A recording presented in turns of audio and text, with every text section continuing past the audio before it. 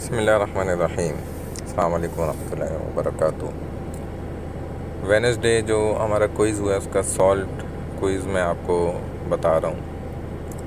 ये तकरीबन 30 मिनट्स का था और 5 मार्क्स हैं जो कि सीपी में ऐड हम कर देते हैं। तो question number 1, draw a chart of zakat. तो देखें, ज़कात से रिलेटेड आपने चार्ट बनाना था, हेडिंग देनी थी ऊपर ज़कात, और फिर ज़कात की जो भी स्लाइड्स लेक्चर्स आपने पढ़े सारे, तो वो सब आपने इसके अंदर मेंशन करना था। जैसे देखें, ये जो मैं अब तक आपको पढ़ा चुका हूँ उसके मुताबिक इस्लाम, और वहाँ से हमने 2 हेडिंग्स नीचे दी हैं, 5 pillars of Islam, 7 articles of Islam.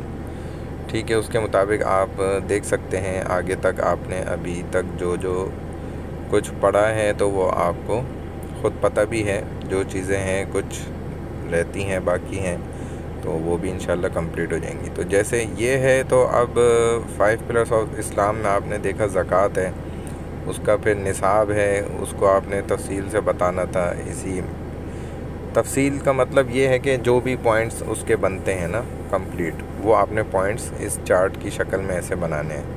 52.5 तोला सिल्वर है, 7.5 तोला गोल्ड है, cash equal to silver amount है, और फिर चैरिटी ऑफ ज़कात और वैल्यूएबल एसेट्स ऑफ ज़कात, ये सारा कुछ आपने ज़कात के चार्ट के अंदर बताना था। 1 नंबर का है तो ज़ाहिर है पॉइंट सिर्फ बताने थे, ज़्यादा लेंदी या लॉन्ग आपने आंसर नहीं देना। सेकंड क्वेश्चन आपका जो है वो कैलकुलेशन ऑफ ज़कात है। तो इसमें गोल्ड रेट आपको दिया गया है, ये ज़ाहिर है पर तोला है। जब भी अगर कुछ नहीं लिखा हुआ, सिर्फ जनरली लिखा हुआ है गोल्ड रेट, सिल्वर रेट, इसका मतलब है कि वो पर तोले का रेट है। तो गोल्ड पर ग्राम आपको दे भी दिया गया था कि आप ये फ़र्ज़ कर लें। फॉर एग्ज़ाम्पल सिल्वर पर तोला आपको बता दिया गया, तो इसको डिवाइडेड बाय 12 कर लेंगे तो आपके पास पर ग्राम का रेट आ जाएगा। 1 तोला में 12 ग्राम होते हैं। तो कैश रेशो जो मिनिमम अमाउंट है वो आपको यहाँ पे बता दिया गया कि आपने यही सपोज़ करना है, ठीक है, तो ताकि आसानी आपको हो जाए। तो सपोज़ ये कर लेंगे कैश रेशो मिनिमम 1,05,000 है। तो अब जो भी आपको आगे कैलकुलेशन दी जाएगी उसमें अगर आपकी अमाउंट इस रकम को पहुँच गई जो कि मिनिमम कैश रेशो है, तो ज़कात इस एप्लीकेबल हो जाएगा। अगर नहीं पहुँचती तो ज़कात इस नॉट एप्लीकेबल। तो अब आगे जो 5 आपसे पॉइंट्स पूछे गए हैं कैलकुलेशन वाइज ज़कात के, इनमें आपने 3 चीज़ें बतानी है। पहली बात ये कि आपने कैलकुलेशन करनी है जिस तरीके से देखें 7.6 तोला बताया गया, तो आपको तोले की रेट ऊपर दे दिया गया है तोला का 1,25,000। जब आप इसको मल्टीप्लाई कर लेंगे 7.6 से तो 95 लाख ही आ जाएंगे, 9,50,000। ठीक है दोस्तों, प्लस 1 ग्राम सिल्वर की हमने प्राइस ले ली, तो डिवाइड करा, यानी कि आपको पर तोला दिया गया है तो 2000 डिवाइडेड बाय 12 करेंगे तो 166.66 आ जाएगी। जब इन दोनों का आपने प्लस किया तो ये रकम आपके पास आ गई। फिर आपने बता दिया कि जी ज़कात इस एप्लीकेबल, क्योंकि ये रकम, ये जो अमाउंट है ये 1,05,000 से अबव है, इसलिए हमने कहा ज़कात इस एप्लीकेबल। तो एक कैलकुलेशन आपने बतानी है इन तमाम पॉइंट्स में। दूसरा आपने ज़कात इस एप्लीकेबल, ज़कात इस नॉट एप्लीकेबल, ये बात बतानी है। और थर्ड पॉइंट है 2.5% आपने इसका निकालना है, यानी कि जो आपके पास अमाउंट आए उसका जब हमने 2.5% निकाला तो वो 23,916 रुपये हो गए, 916। सेकंड पॉइंट 60 तोला सिल्वर हमने निकाल लिया तो वो हो गया 12 लाख, जो कि ज़ाहिर 1,05,000 से अबव है, तो हमने कहा ज़कात इस एप्लीकेबल सेकंड में। और 2.5 निकाला तो 3,000 निकला है, जो कि ज़कात अदा करनी है इसमें। थर्ड पॉइंट 13 लाख कैश है, तो ज़कात लाजमी सी बात है कि एप्लीकेबल है, क्योंकि ये 1,05,000 से ऊपर है। तो कैशेबल जो चीज़ें हैं सोना, चांदी और रुपया, तो अगर सोना और चांदी आपके पास सिर्फ अकेला है तो वो अपनी रिक्वायरमेंट के मुताबिक कंप्लीट होना चाहिए। अगर उससे थोड़ा भी कम होगा तो ज़कात नहीं आएगी। लेकिन कैश में जो सिल्वर का अमाउंट है मिनिमम वो होना ज़रूरी है। और हमने आपको वो मिनिमम कैश रेशो अमाउंट यहाँ सपोज़ करके बता दिया खुद से।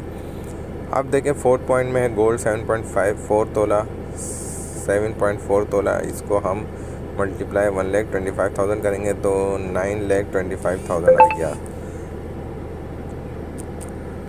9,25,000 आ गया। ज़कात इस एप्लीकेबल हो गई। 2.5 निकाला तो 23,125 निकला। इसी तरह ओनली सिल्वर 9 तोला है तो हमने इसको इक्वल किया, 18,000 आ गया। तो ज़ाहिर है ये 1,25,000 से मिनिमम कम है, तो हम कहेंगे ज़कात इज़ नॉट एप्लीकेबल। एंड 2.5% जब हमने निकाला तो वो 450 रुपये निकले।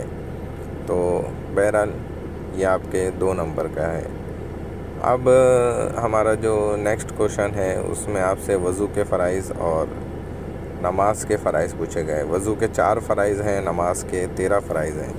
वज़ू के 4 जो हैं उनमें to wash the face once, second to wash the hands up the elbows, यानी कि आपने अपने चेहरे को एक मरतबा धोना है, फ़र्ज़ में एक दफ़ा धोया जाता है।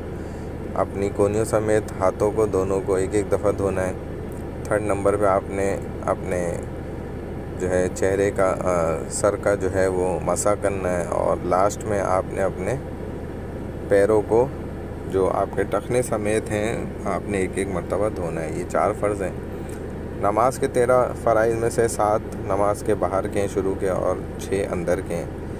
पाकीज़गी होना, तहारत आपकी पूरी जिस्म की, फिर आपके कपड़ों का पाक होना, 3 नंबर पे सतर का ढका होना, 4थे नंबर पे पाकीज़गी होना, जो जगह नमाज की है वो पाकीज़ा होना, 5वें नंबर पे किबला रुख होना, 6ठे नंबर पे नमाज का नियत का होना, नमाज के वक्त का होना ज़ाहिर है।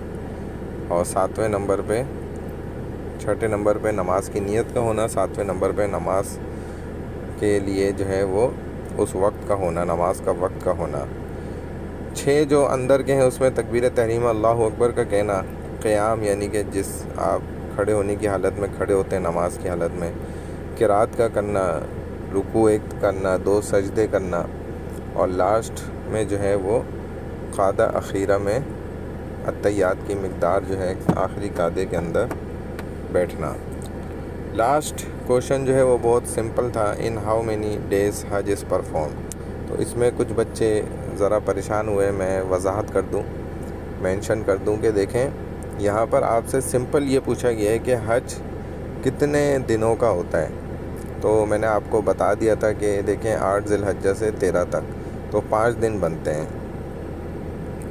ठीक है, 5 दिन का 5 डेज़ ऑफ हज हमें यहाँ लिखना था। बस ये इसका आंसर था। 1 नंबर का ये क्वेश्चन है, इसका आपने सही आंसर दिया तो आपको 1 नंबर कंप्लीट मिल गया। अस्सलाम वालेकुम रहमतुल्लाहि व बरकातुहू।